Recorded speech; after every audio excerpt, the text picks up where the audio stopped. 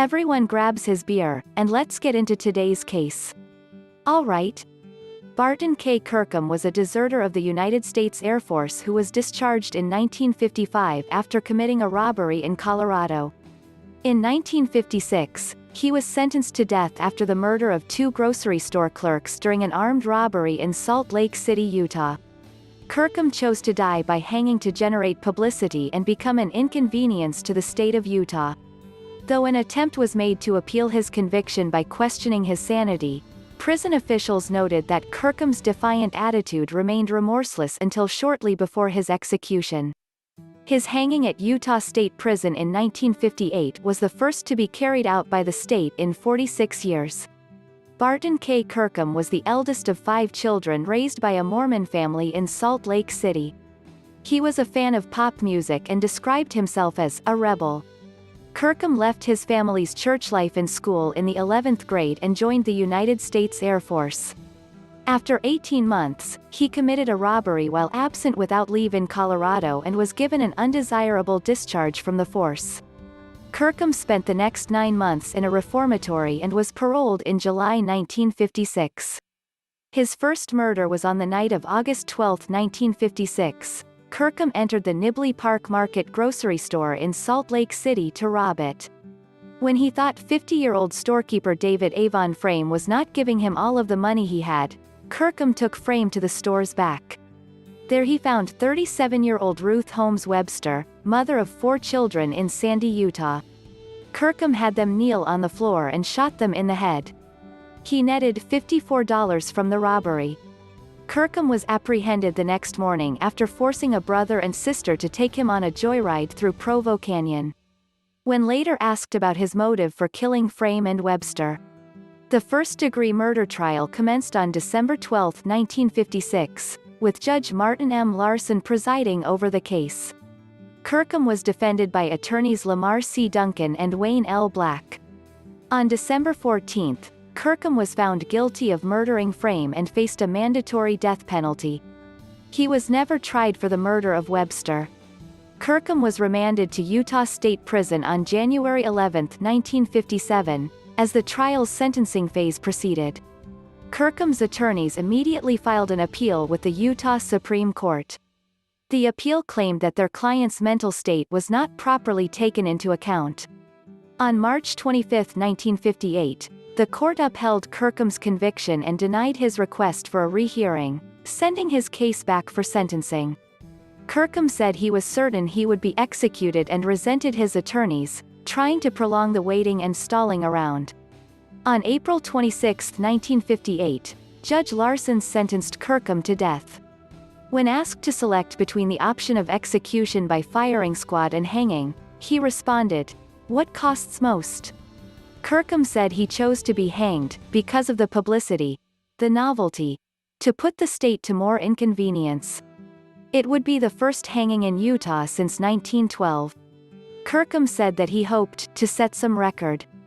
"I heard the shooters get to keep the guns, and they're not getting anything free from me."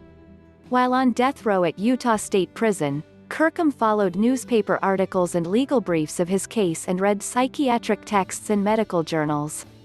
Warden Marcel Graham described him as a good prisoner who caused little trouble.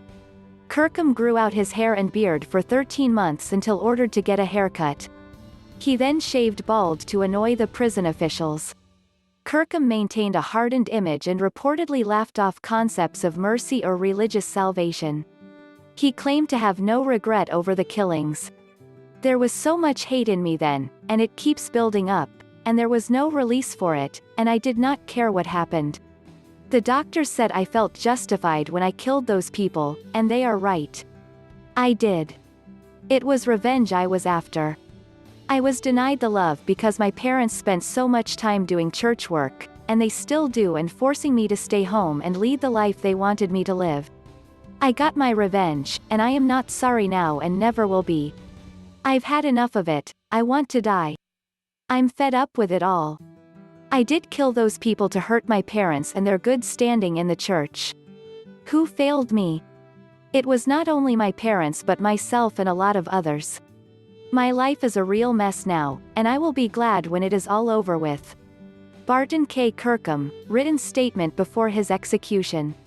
On June 4, 1958, KIRKHAM appeared before the State Pardons Board for a final hearing for clemency. His attorneys had planned to demonstrate that he was insane with the help of psychiatrists. KIRKHAM initially told the board that he was a loner and felt no remorse or anything like that.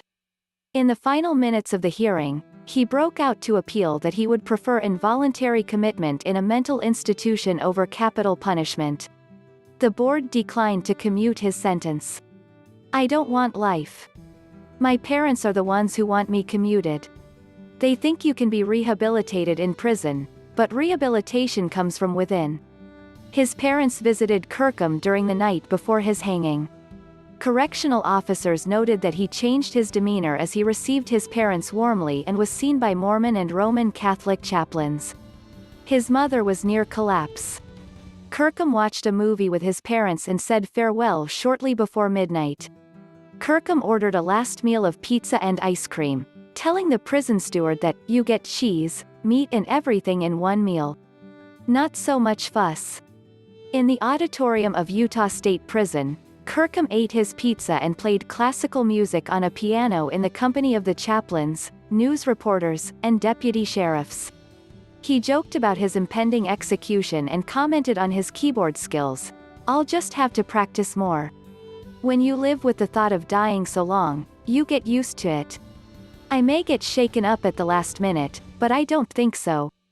At dawn on June 7, 1958, KIRKHAM was driven 2 miles to a pasture on the prison's farm.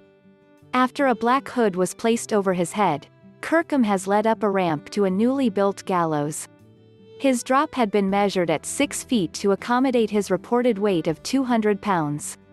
A professional hangman from the Northwest was paid $400 for his services. KIRKHAM trembled slightly as the hangman fitted a noose around his neck and placed the knot under his left ear. As directed by state law, Sheriff George Beckstead walked up to KIRKHAM to receive his last words. At 4:57 a.m. Mountain Standard Time, the official time of dawn, Beckstead signaled the hangman to pull an iron lever, opening the trapdoor under KIRKHAM. The KIRKHAM family did not come to witness the execution. Prison physician W.C. Knott climbed on a stepladder to examine KIRKHAM's hanging body, concealed from view by burlap and canvas hung under the 11-foot-high platform. He was pronounced dead at 5:11 a.m. in the last hanging to be conducted by Utah. No subsequent inmate had been executed by the state in this manner by February 1980, when the Utah State Legislature replaced the option of hanging with lethal injection. "I've asked God to forgive me." Last words of Barton K KIRKHAM, June 7, 1958.